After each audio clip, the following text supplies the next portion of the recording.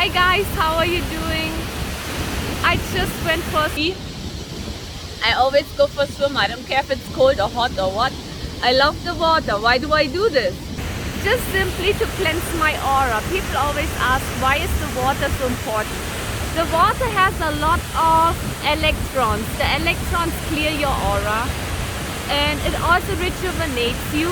When you drink water, it cleanses your lymphatic system, your digestion, your organs, your cells. Your cells need water.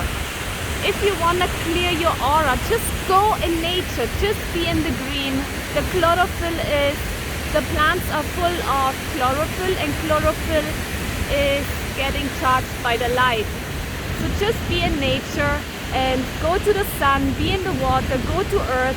Just connect with all the elements, and it will help to feel you better. It will help to change your DNA and clear your DNA and to make you feel much better.